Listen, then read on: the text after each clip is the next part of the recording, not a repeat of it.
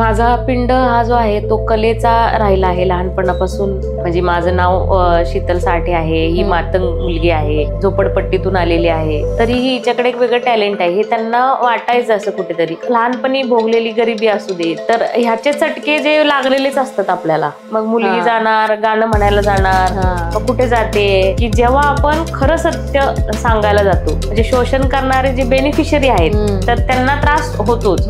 महिला दिनाचा इतिहास तर जाणून घ्यावा, पण महिला दिनाच्या दिवशी तरी निदान आपल्याला मुक्त वाटते का याचा पण विचार करा.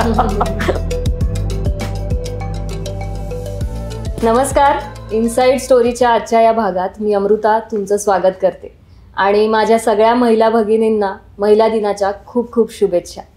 मैत्रिणींनो, आजच्या या भागात आपण एका प्रतिभावान समाजकार्य करणाऱ्या, आपल्या ज्वलंत शाहिरी गीतांद्वारे समाजातील अन्यायाविरुद्ध, विषमतेविरुद्ध आणि वंचितांच्या हक्कांसाठी लढा देणाऱ्या, ज्यांनी आपल्या कलेतून सामाजिक परिवर्तनाचा ध्यास घेतला, अशा संघर्षशील कलाकार, लोककलाकार शीतल साठे यांच्याशी आज आपण संवाद साधणार आहोत. ताई नमस्कार. नमस्कार. सर्वात पहिले तुम्हाला महिला दिनाच्या खूप खूप शुभेच्छा. तुला पण. थँक्यू. तर खरं तर आजपर्यंत आम्ही तुम्हाला तुमच्या वेगवेगळ्या कार्यक्रमातून आणि सोशल मीडियातून बघत आणि ऐकत आले. आज पहिल्यांदा प्रत्यक्ष तुम्हाला भेटून बोलण्याची तुम्ही याबद्दल वेळ दिला आम्हाला, त्यासाठी खूप खूप धन्यवाद. तर माझा पहिला प्रश्न असा आहे की समाजकार्य करावं किंवा लोकांसाठी काहीतरी काम करावं हा विचार कसा आणि कधी आला? माझा पिंड हा जो आहे तो कलेचा राहिला आहे लहानपणापासून. कलेकडे जास्त ओढ राहिली. शाळेत पण कलाकार म्हणूनच जास्त ओळखत होते लोक मला. आणि म्हणजे एकांकिकांमध्ये, छोट्या छोट्या नाटकांमध्ये, वक्तृत्व स्पर्धांमध्ये, गायनाच्या स्पर्धांमध्ये, अशा पद्धतीच्या ऍक्टिव्हिटीज मध्ये शाळेत मला घेतलं जायचं.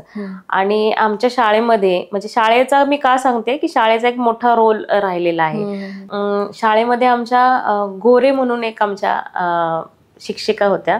मला नंतर जाऊन कळालं की त्या समाजवादी विचारांच्या होत्या. पण आता म्हणजे मी जेव्हा आता बघते तर त्या मला, माझी परिस्थिती, मी जिथून आली आहे, माझं सगळं त्यांना माहिती होतं की म्हणजे माझं नाव शीतल साठे आहे, ही मातंग मुलगी आहे, मांग आहे, झोपडपट्टीतून आलेली आहे.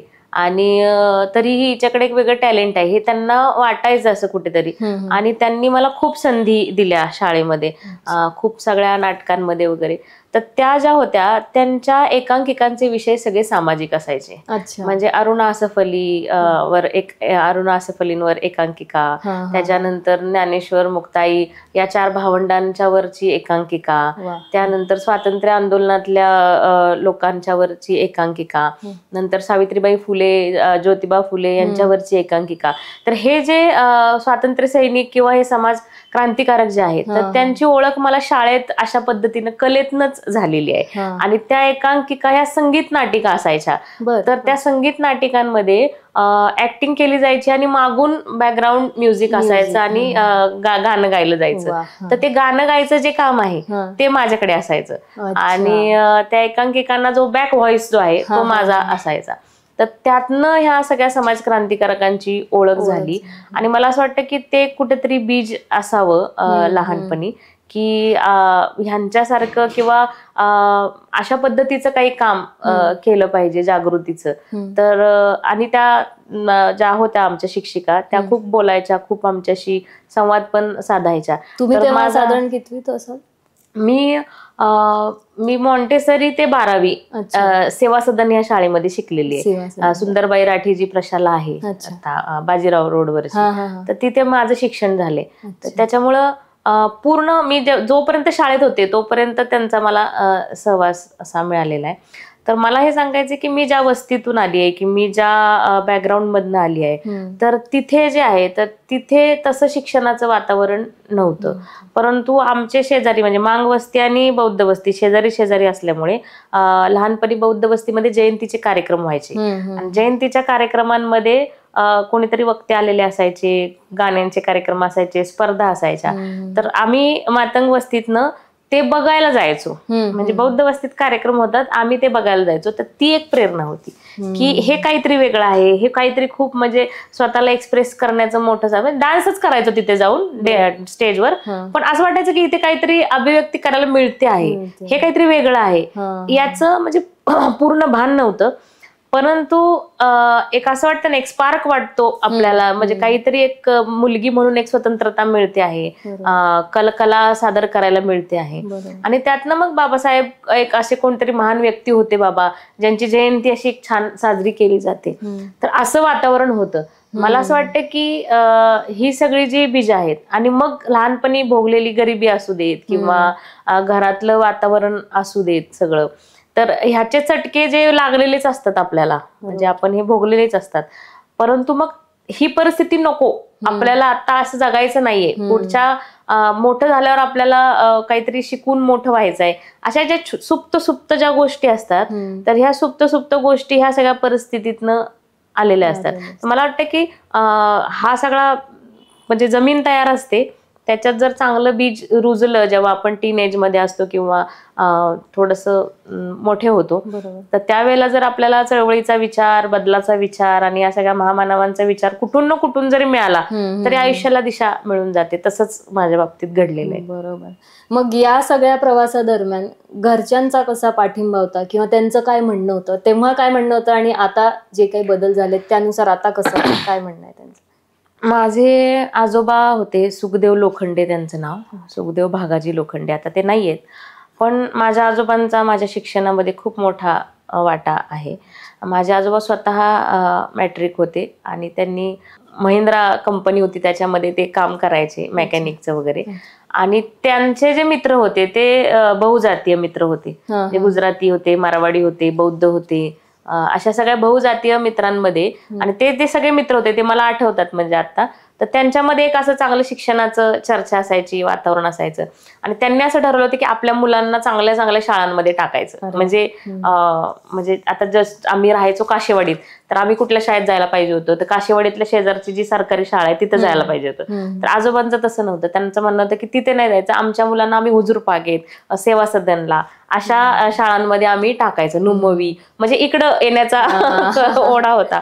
तर ती प्रेरणा होती. आणि आजोबा मला आठवते की रात्रभर फॉर्म घेण्यासाठी, त्यावेळेला कसं असायचं की फॉर्म द्यायचे आणि मग ते तर रात्रभर लाईनला थांबून माझं ऍडमिशन त्यांनी केलेलं आहे.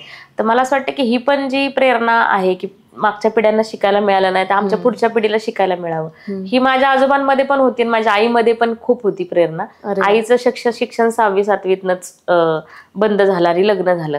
आईला वाटायचं की मुलींना माझ्या शिकवलं पाहिजे.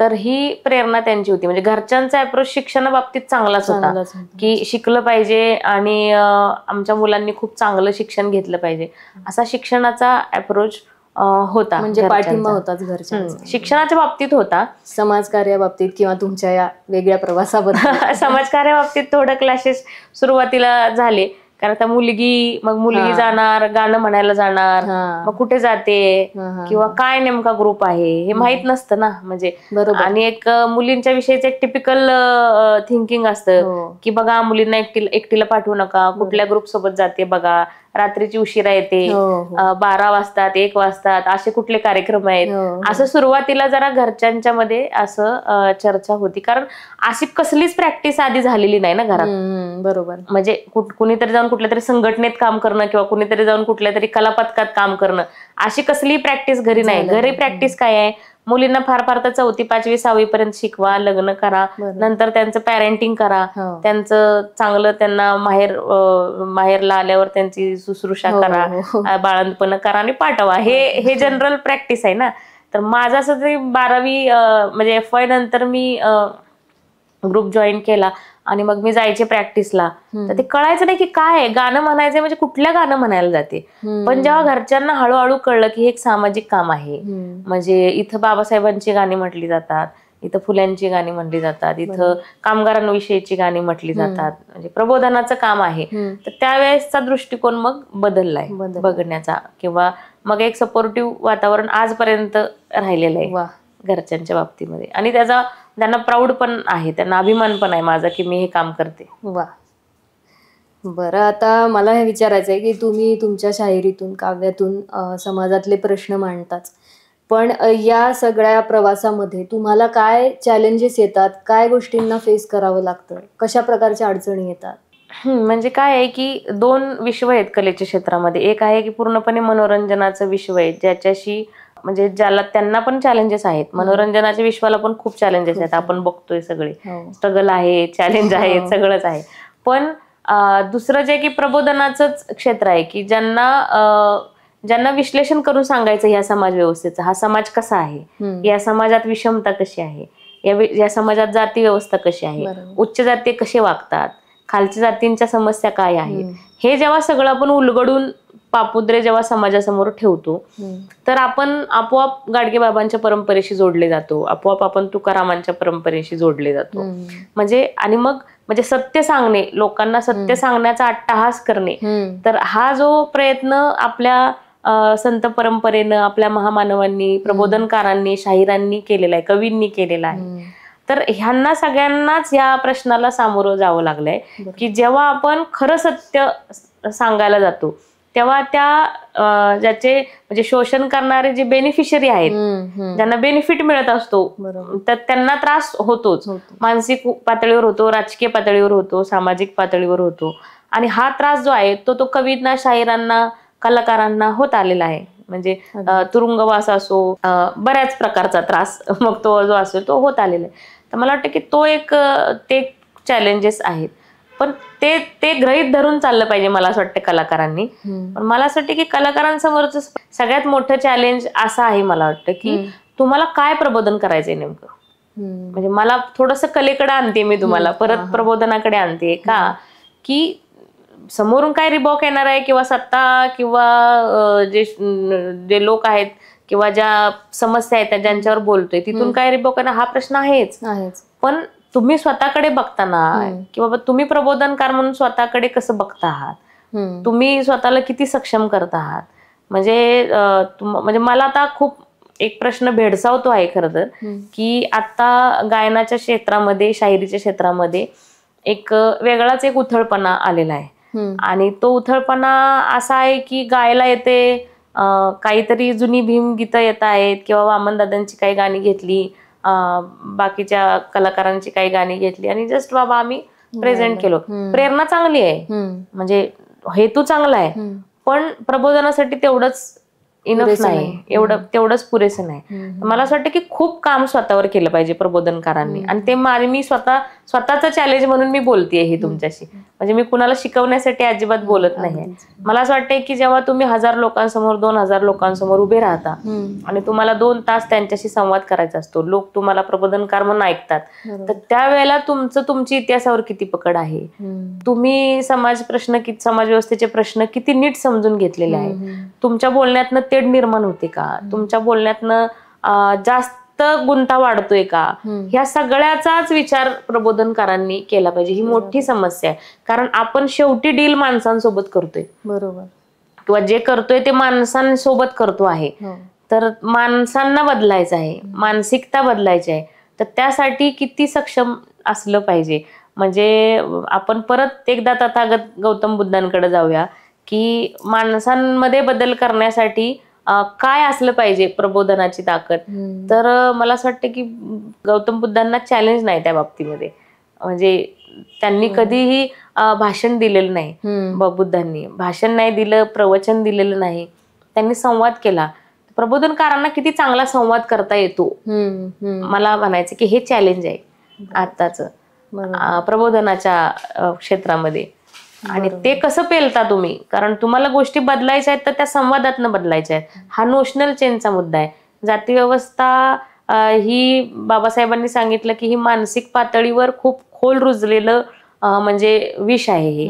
आणि ह्या विषाला तुम्हाला काढायचं आहे, तर तुम्हाला एक शाहीर म्हणून, कवी म्हणून तुम्हाला कसा संवाद करता येतोय बहुजातीय लोकांशी, ज्यांना बदलायचंय त्यांच्याशी, स्वतःशी, म्हणजे स्वतःपासून सुरू होतोय का तो संवाद, हा खरा प्रश्न आहे असं मला वाटतं. आणि त्यासाठी अभ्यास असणं खरंच महत्वाचं आहे. अभ्यास आणि जाण असं, नुसता अभ्यास नाही म्हणत मी, शहाणपण, विजडम. बरोबर. बरोबर. या महिला दिनाच्या निमित्ताने मी थोडंसं स्त्रियांकडे येईल की स्त्रियांचे बदलते विचार किंवा त्यांचं कर्तृत्व याकडे जर तुम्ही आज बघितलं तर तुम्हाला ते समाधानकारक वाटतं का तुमच्या मते? नाही, बदल होतो आहे. बदलाचं स्वागत केलं पाहिजे. आणि म्हणजे कसं आहे की 150 वर्षांपूर्वी मुलींना शाळेत पाठवा म्हणून लहुजींना, फुल्यांना दारोदारी जावं लागत होतं की बाबा फुल्यांनी शाळा काढली आणि तुमच्या मुलींना पाठवा. म्हणजे अक्षरशः लहुजींनी मुक्ताला म्हणजे पोत्यात घालून आणलं आणि शाळेत बसवलं. म्हणजे ही परिस्थिती 150 वर्षांपूर्वी. आज तुम्हाला तसं करावं लागतं का? आज परिस्थिती अशी बदलली की शाळेत घाला हे प्रबोधन नाही कोण करत आता, किंवा मुलींना शाळेत पाठवा किंवा मुलांना शाळेत पाठवा किंवा दलितांना शाळेत पाठवा ही स्टेप नाही आता निश्चितच. पण म्हणून शिक्षण व्यवस्थेमधले चॅलेंजेस गेलेत का? असं नाहीये.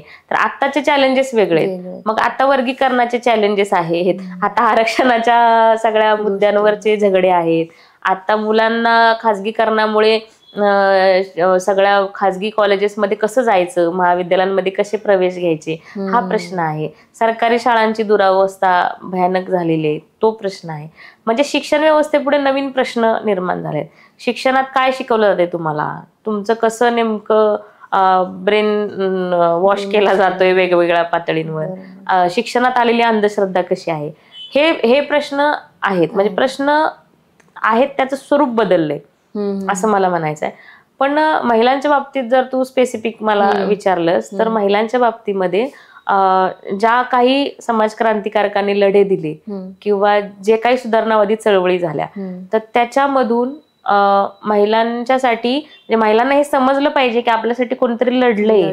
आज तुम्हाला जे अधिकार मिळत आहेत, आज जे काही खुला श्वास आपण घेतो आहे, आज जे काही नोकरीमध्ये समान संधी असेल किंवा समान पगाराची संधी असेल किंवा ज्या काही सगळ्या गोष्टी तुम्हाला कॉन्स्टिट्यूशन राईट मिळालेले आहेत, जे मूलभूत अधिकार मिळालेले आहेत स्त्री म्हणून, माणूस म्हणून, तर याच्यासाठी काहीतरी संघर्ष झालाय इतिहासामध्ये. याच्यासाठी कुणीतरी तुमची बाजू मांडलेली आहे. म्हणजे हे आपोआप तुम्हाला तुमच्या पदरी पडलेलं आहे असं नाहीये. ह्याचं जाणीव आत्ताच्या मुलींना व्हायला पाहिजे, आत्ताच्या महिलांना व्हायला पाहिजे. आणि त्यांनी त्याचा शोध घेतला पाहिजे की आज मी जे फ्रीडम अनुभवते आहे बाहेर जाण्यापासूनच किंवा स्वतःचा निर्णय स्वतः घेण्यापासूनच, स्वतःचा जोडीदार निवडण्यापर्यंतच, किंवा स्वतः जोडीदार निवडायचा आहे की नाही निवडायचा आहे, काय एकटच राहायचंय, ह्याचा पण जे काही आज जे काही वातावरण जे वारं वाहत आहे तर ह्याच्यासाठी पण कोण ना कोणी संघर्ष करत आहे, कोणी ना कोणी केलेला आहे. तर ह्या सगळ्याची मुळं जी आहेत ती मला असं वाटतं की म्हणजे लोकांनी आपल्यासाठी काहीतरी केले म्हणून आज ह्याची जाणीव असणं आणि मग त्याचा शोध घेणं की कुणी केले बाबा आपल्यासाठी हे. तर मुलींना सावित्रीबाई फुलेंचा इतिहास माहित आहे का, मुलींना जिजाऊंचा इतिहास माहित आहे का? तर ह्या सगळ्या गोष्टींचं मला असं वाटतं की भारतातल्या तरी निदान समाज क्रांतिकारक स्त्रियांचा आपल्याला त्यांचा त्यांनी काय केलेलं आहे नेमकं आपल्यासाठी आणि त्याच्यामुळे आपल्या आयुष्यात काय बदल झाले, फुल्यांनी काय केलं आपल्यासाठी, बाबासाहेबांनी काय केलं, तर ह्याचा थोडासा म्हणजे धांडोळा घ्यायला पाहिजे असं मला वाटते. आधुनिकता अनुभवताना आधुनिकतेसाठी जे काही बलिदान झालेले आहेत म्हणजे आपल्या, तर त्या बलिदानाची जाणीव आहे का की केवळ आपण वरवरची एक आधुनिकता अनुभवतो आहे असं. आणि त्यात मला असं वाटतं की बदलाचं स्वागत करताना मला असं सांगायला आवडेल की म्हणजे नेहमीच असं विचार केला पाहिजे, मी स्वतः तसा करते की म्हणजे आपण आतून स्वतंत्र आहोत का, हा मुद्दा आहे. बरोबर. म्हणजे आता महिला दिनाचं स्पेशल आपण करतोय म्हणून मी सांगते की महिला दिनाला आता खूप एक असं मार्केटचं स्वरूप आलेलं आहे. मार्केटचं स्वरूप असं की तुम्हाला रेडिओवरनं पण शुभेच्छा मिळतात, सगळ्या प्रोडक्ट्स करणारे जे सगळे मॉल्स आहेत त्यांच्याकडनं पण शुभेच्छा मिळतात, सगळ्या प्रकारच्या बाजारातनं तुम्हाला महिला दिनाच्या शुभेच्छा मिळतात आणि सगळ्या प्रकारच्या कॉर्पोरेट सिस्टीम मधनं महिला दिनाच्या शुभेच्छा मिळतात. महिला दिनाचा इतिहास जो आहे तो भांडवलशाहीशी लढताना ज्या महिलांनी संघर्ष केलाय तसाच तो इतिहास आहे. पण ते मूल्य आत्ताच्या महिला दिनाला राहिलं आहे का? म्हणजे आत्ताच्या महिला दिनाला तुम्ही प्रोडक्ट्स खरेदी करा आणि तुमच्या आवडीचे प्रोडक्ट्स तुम्ही घ्या आणि त्याच्यावर आम्ही डिस्काउंट देतो, तर हा त्याचा म्हणजे आशय आहे का? मुलींनी महिला दिनाचा म्हणजे महिला दिन साजरा करताना त्यांना असं वाटतंय का की बाबा आपल्या मुक्तीचा आपण काहीतरी विचार करावा, आपल्या आयुष्याचा काही विचार करावा, आपल्या हक्क अधिकारांचा विचार करावा, अशी कुठली मांडणी होते का महिला दिनाला? म्हणजे आपण जे काही बघतो आहे आत्ताच्या सगळ्या फ्लेक्स मधून किंवा सोशल मीडियामधून, तर अशी मांडणी होणं गरजेचं आहे महिला दिनाची. महिला दिनाचा अर्थ काय आहे असं थोडक्यात एक प्रश्न मला वाटतं की विचारायला पाहिजे. बरोबर आहे. म्हणजे आजकाल मला वाटतं सोशल मीडियावर स्टेटस किंवा काहीतरी पोस्ट अपडेट होते प्रत्येक महिलेकडून की महिला दिनाच्या शुभेच्छा, पण त्यापैकी किती जणींना याबद्दल काही माहिती आहे किंवा काय माहिती आहे हे जाणून घेणं ते पण महत्वाचं आहे असं वाटतं का तुम्हाला? महिला दिनाचा इतिहास तर जाणून घ्यावाच, पण महिला दिनाच्या दिवशी तरी निदान आपल्याला मुक्त वाटते का ह्याचा पण विचार करा. म्हणजे मला म्हणायचंय काय ते समजून घे की म्हणजे त्या दिवशी तरी असं फील होते का की आपला दिन आहे का? उगाच आपण डेज साजरे करतोय म्हणजे फॉर्मॅलिटीज मध्ये जायचं आहे का मुळात जायचं आहे? नेमकं ते काय आहे? नेमकं तो दिवस सेलिब्रेट करायचा आहे म्हणजे काय करायचंय का? त्या दिवशी असं काहीतरी ज्ञान प्राप्ती होती आपल्याला की आपण महिला आहोत आणि आपल्याला आता फ्रीडम मिळालेलं आहे, असं काही ज्ञान प्राप्ती त्या दिवशी होणारे काही संकेत आहेत का?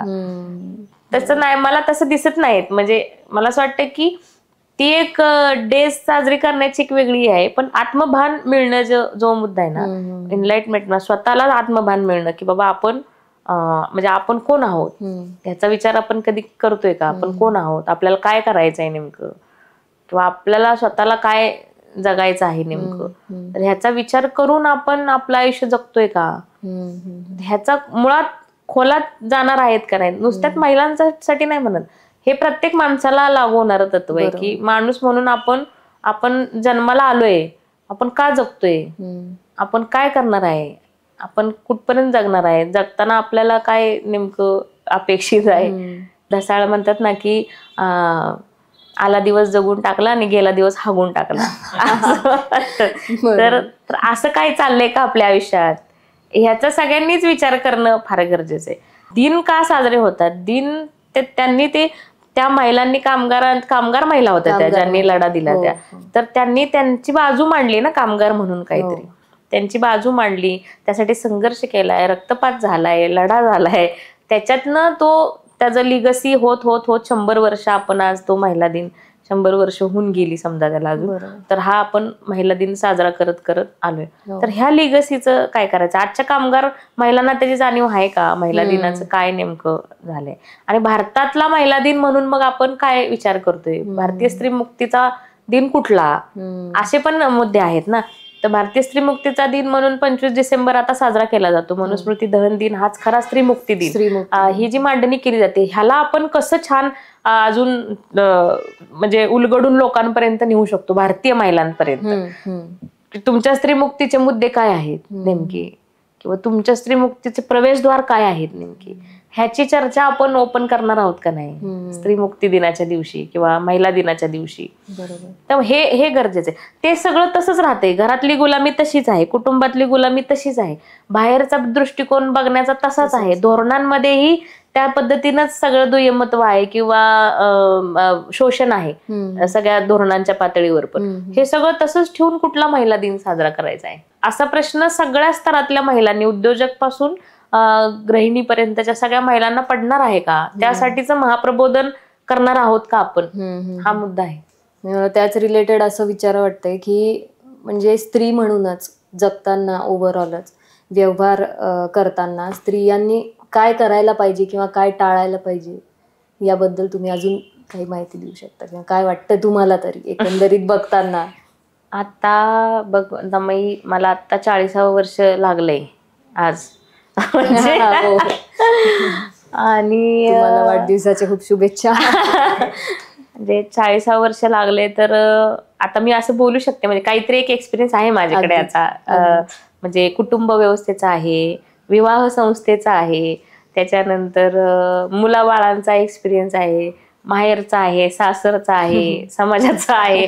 एक शाहीर म्हणून कलावंतांमध्ये वावरताना, महिला शाहीर म्हणून वावरतानाचे एक्सपिरियन्स आहेत. हे सगळं आता आहे थोडंफार, म्हणजे असं अजून आयुष्य जगायचं आहे खूप, पण आतापर्यंत जेवढं आहे त्याच्यात मला असं वाटतं ना की म्हणजे स्पेसिफिक महिलांच्या बाबतीत जर बोलायचं असेल तर महिलांनी आहे ना सर्वप्रथम स्वतःला प्रश्न विचारला पाहिजे की म्हणजे काय रोल आहे आपला ह्या सगळ्या सिस्टीम मध्ये, नेमका काय रोल आहे आणि तो रोल दुःखकारक आहे का सुखकारक आहे. नेमका दुःखकारक आहे तर मग तो का आहे याचा विचार करायला पाहिजे असं मला वाटते.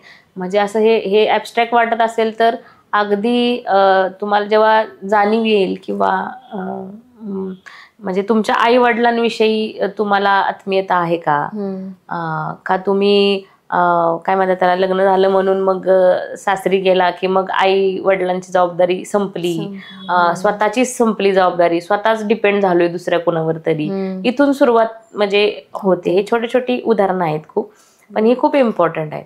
म्हणजे पैशाच्या बाबतीमधल्या गोष्टी असतात. म्हणजे तुम्ही स्वतः पैसे कमवताय का, स्वतः कमवत असला तर त्याचा स्वतः तुम्ही विनिमय करताय का, किंवा स्वतः तुमचं काय म्हणतात त्याला, मानसिक पातळीवर तुम्ही मुक्त आहे का तुमचा स्वतःचा पैसा खर्च करण्यासाठी किंवा तुमचा स्वतःचा बिझनेस करण्यासाठी किंवा काय.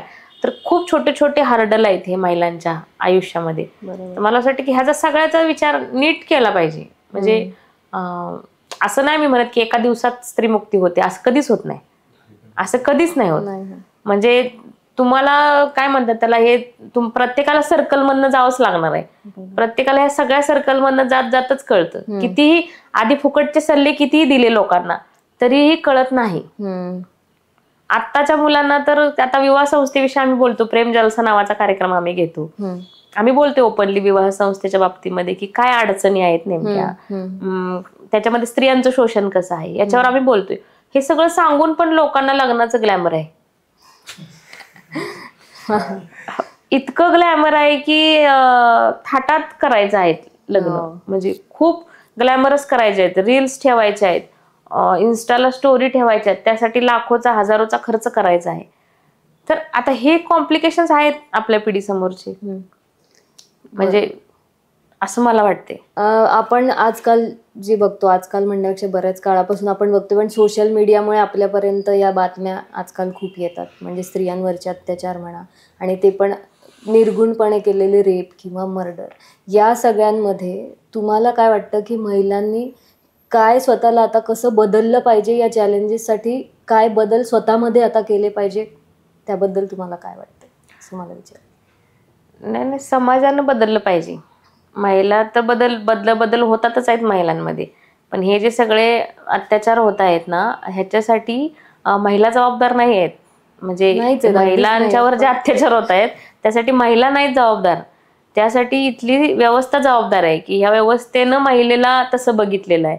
म्हणजे सगळं काय झालं तर त्याचं सगळं बिल फाडायचं महिलांवरच, म्हणजे रेपचं पण बिल फाडायचं महिलांवरच. म्हणजे अत्याचार होताना प्रतिकार का केला नाहीस म्हणून मांडणी करायची, म्हणजे ह्या पद्धतीची पण मांडणी करायची. म्हणजे कितीही थराला जाऊन तुम्ही शेवटी महिलांपर्यंत आणून विषय ठेवायचा की तिच्यावरच जबाबदारी टाकायची, शेवटची जबाबदारी तिच्यावर टाकायची. तर हे जे आहे ना, हे आपल्या डोक्यातली जी ब्राह्मणी पुरुष सत्ता आहे, तर ह्याचं मूळ आहे आपल्या समाज व्यवस्थेत सगळ्या बाबतीमध्ये. महिलांनी काय खावं, काय नेसावं, कसं बसावं, नोकरी करावी नाही करावी, लग्न कुणाशी करावं, मुलं किती पैदा करावीत, त्याच्यानंतर मुलांना कुठल्या शाळेत टाकावं नाही टाकावं, मुलांचे निर्णय, स्वतःचे निर्णय, काहीही सगळ्यामध्ये रोल पाडतात, समाज व्यवस्था पार पाडते. आणि आपल्याला जे धर्म रूढी, आपल्या ज्या सगळ्या परंपरांनी, चुकीच्या परंपरांनी, चांगल्या परंपरा पण आहेत आपल्याकडे, पण ज्या चुकीच्या परंपरांनी जे विष पेरलेलं आहे त्याचे परिणाम भोगतायत महिला आज सगळ्या क्षेत्रातल्या. मग ते एखादी विकृती कुकरमध्ये शिजवण्यापर्यंत जाते, किंवा एखादी विकृती घरात डांबून आयुष्यभर कुजवून मारण्यामध्ये व्यस्त असते. तर ह्या सगळ्या म्हणजे हे विकृतीची स्टोक आहे ती, बरोबर, दोन्ही विकृतीचे स्टोक आहेत. पण ह्याच्यात बदल महिलांनी एवढाच करावा की महिलांनी स्वतः आत्मभान मिळवावं, की ते सहन करू नये महिलांनी. हा एक बदल करावा महिलांनी, असं मला वाटतंय. कुठलाही अत्याचार, कुठलाही अन्याय अजिबात मुख गिळून सहन करू नये, प्रतिकार करावा, तोंड द्यावं आणि हा अन्याय आहे हे समजून घ्यावा आधी. बाबासाहेबांचंच वाक्य मी इथे सांगते परत, की गुलामाला गुलामीची जाणीव झाल्याशिवाय तो बंड करून उठत नाही. हे जे आहे ना, तर हे ते गुलाम आहोत आपण नाही आहोत आधुनिक स्त्री. नुसते कपडे घातले, मेकअप केला आणि काय म्हणतात त्याला, वरवरच्या सगळ्या गोष्टी आल्या आयुष्यात म्हणून आपण आधुनिक होत नाही, हे महिलांनी समजून घ्यावं. आणि नुसतं मग तसं मग फ्रस्ट्रेशन येतं की वाटतंय आधुनिक आहे, वागणूक मिळते शोषणाची, आणि मग ते जे फ्रस्ट्रेशन आहे त्यातनं परात्मता निर्माण होते प्रचंड. स्वतःलाही कळत नाही आपण कोण आहे आणि का अन्याय होतोय आपल्यावर, आणि भयानक फ्रस्ट्रेशन निर्माण होत आहे. हे सगळ्यांच्याच बाबतीत. परत इथं महिलांचाच विषय नाहीये, पण कॉन्सन्ट्रेट महिला विषय म्हणून.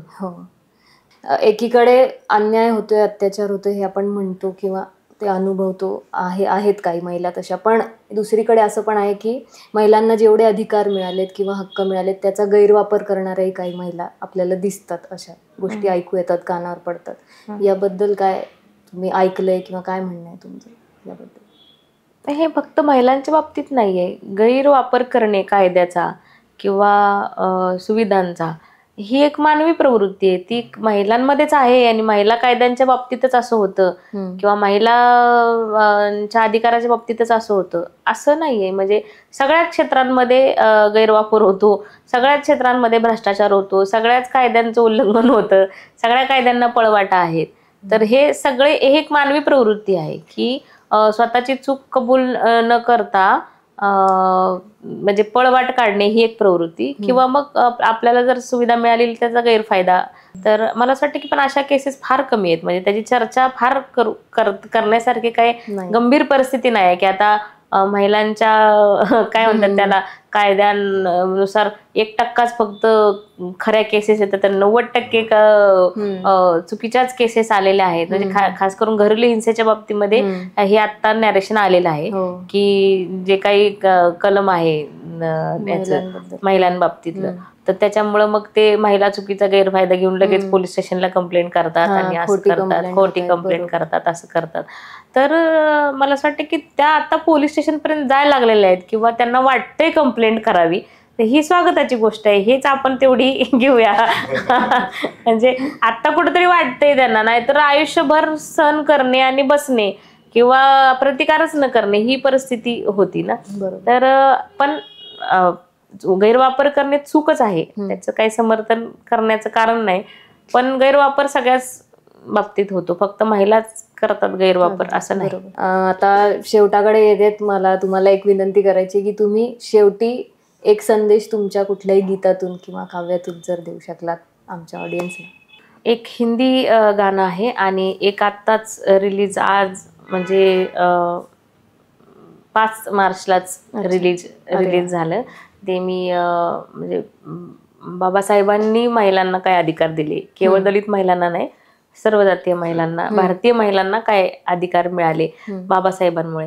तर अशा आशयाचे एक गाणं आत्ताच रिलीज झाले, तर त्या संदर्भात ते थोडंसं मी गाते आणि मग आपण एक हिंदी माझं जुनं गाणं आहे त्यानं आपण शेवट करूया. चालेल.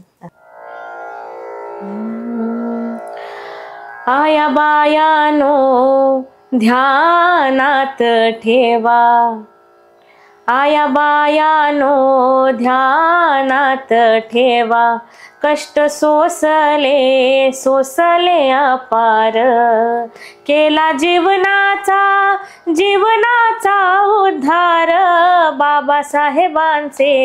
साहेबांचे उपकार, आया बायानो ध्यानात ठेवा. घर चालवणाऱ्या बाया आता देश हा चालवतात, त्यांच्या कर्तृत्वाच्या कहाण्या साऱ्या जगाला हादरवतात. नका बायांना समजू कमी, द्या फेकून डोक्यातली गुलामी, स्त्री मुक्तीचा मुक्तीचा वाहतई वार, साहेबांचे उपकार, आया बायानो ध्यानात ठेवा. खूप सुंदर, खूपच सुंदर. तर हे एक आहे. हा. आणि हाथरस च्या घटनेच्या वेळेला मी एक गाणं लिहिलं होतं. आणि हे गाणं असं की ते ज्या पद्धतीनं निर्गुण खून होत आहेत किंवा मारलं जात आहे, तर याचे रिॲक्शन म्हणून हे गाणं आहे. ते महिलाच स्वतःबद्दल म्हणजे महिलांनी असा विचार करावा असं मला वाटते, म्हणून मी हे गाणं म्हणते. लढने का जज्बात है हाँ है, जीतने का ख्वाब है हाँ है, डर गई है ये सियासत झूठ की, सच हमारे पास है हाँ है, काट दी है ये जुबाएं जल रही लाखों चिताएं, जल रहा ये देश है और रो रही सहमी निगाहें, फिर भी दिल में आग है हाँ है, हम औरतें आबाद है हाँ है, माँ बहन बीवी फलाना बाद में, पहले हम इंसान है हाँ है, जीतने का ख्वाब है, लड़ने का जज्बात है हाँ है. वा, खूपच छान. तर ताई, परत एकदा खूप खूप धन्यवाद. तुम्ही एवढा वेळ दिलात आम्हाला आणि खूप छान गोष्टी आम्हाला परत एकदा तुमच्याकडनं नेहमीच शिकायला मिळतात, आजही मिळाल्या. तर खूप खूप धन्यवाद आणि परत एकदा महिला दिनाच्या शुभेच्छा. तुम्हाला सर्वांनाही महिला दिनाच्या खूप खूप शुभेच्छा आणि तुमच्या चॅनललाही खूप शुभेच्छा. थँक्यू.